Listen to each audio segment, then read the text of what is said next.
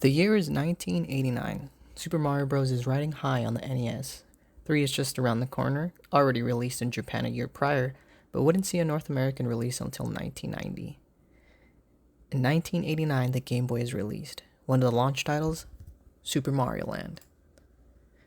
It was the first game not developed by Shigeru Miyamoto, but by Nintendo R&D 1, which included the legendary Gunpei Yokoi. He was known for his Ultra Hand, the Game & Watch, and the Virtual Boy. Now, Super Mario Land, produced by Gunpei Yokoi, sold over 18 million copies. Eventually, it was released on the Virtual Console on the 3DS 10 years ago, in 2011. The artwork for Super Mario Land is pretty interesting. It shows Mario in a submarine, it shows him in an airplane way in the distance, and there's a chicken flying in the middle.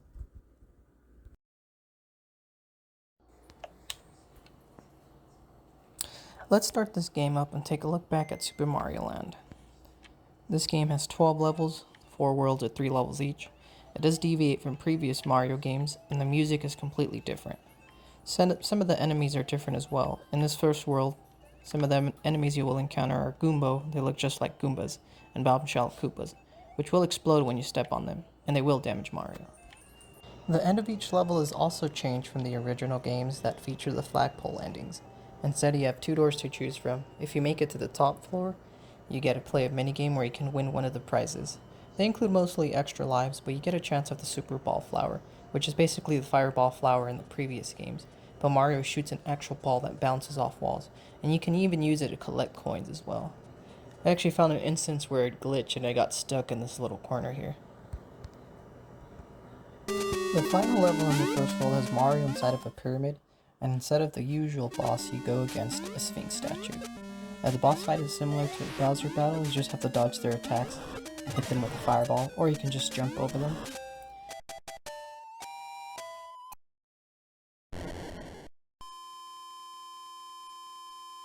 Once you beat the boss, instead of the usual Toad telling you the princess is in another castle, you're greeted with Daisy, but she's an imposter and turns into a fly.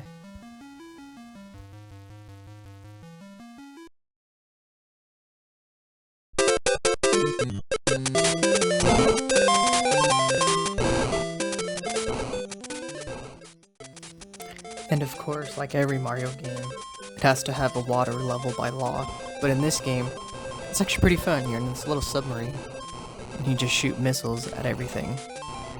I did notice that you can only shoot, I think, up to 3 missiles at a time, and you have to wait for them to kind of go off screen before you can shoot more, which kind of does make it a little difficult. In the third world, the game steps up a notch in difficulty. The controls in this game are not the best. Mario feels like he has weighted clothes on, and drops like a bowling ball in midair. This world also has a lot of platforms, and it has enemies that just run towards you and you have to react fast enough, or they'll tackle Mario like a linebacker. I was able to react fast enough and I stomped 3 in a row right here, but there are also flying enemies that will get you if you're not careful. Up until this point, I haven't really talked about the items in this game. Instead of the 1-up mushrooms, the game has 1-up hearts, and the star has a completely different music than the classic jingle we all know. The star still has the same effect, making Mario invincible for a short time. Also, when you collect 100 coins, you get an extra life.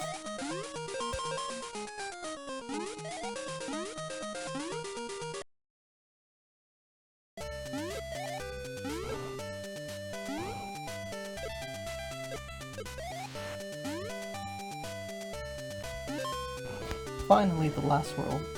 You'll encounter even stranger enemies. There are enemies that act like dry bones, you have to step on them twice. And there's also these pom-pom flowers which shoot out projectiles that can hurt Mario.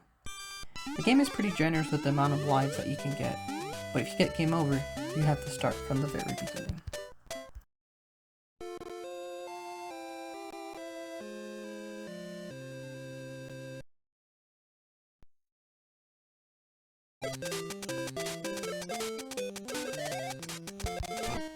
The last level of the game is another one of those shoot 'em up levels. I mentioned earlier in the video about the chicken on the game cover, but apparently it's in the game. So here Mario shooting chickens down in his plane, while also dodging fighter jets trying to take him down. Overall, I don't know what it is about these levels, but they're my favorite in the game. Being the final level, it does not disappoint, and the final boss is the best part of the game. The last boss is a cloud, and at first I thought it was pretty easy.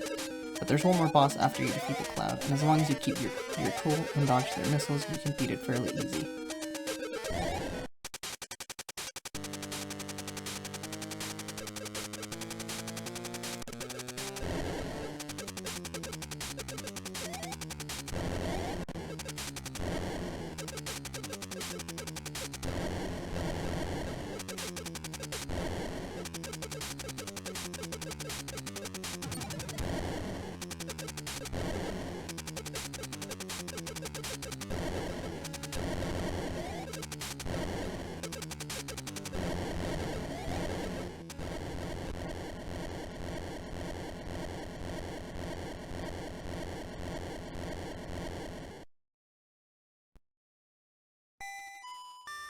At the end of the game, Mario finally rescues Princess Daisy, and they ride off in a plane to meet Luigi or something.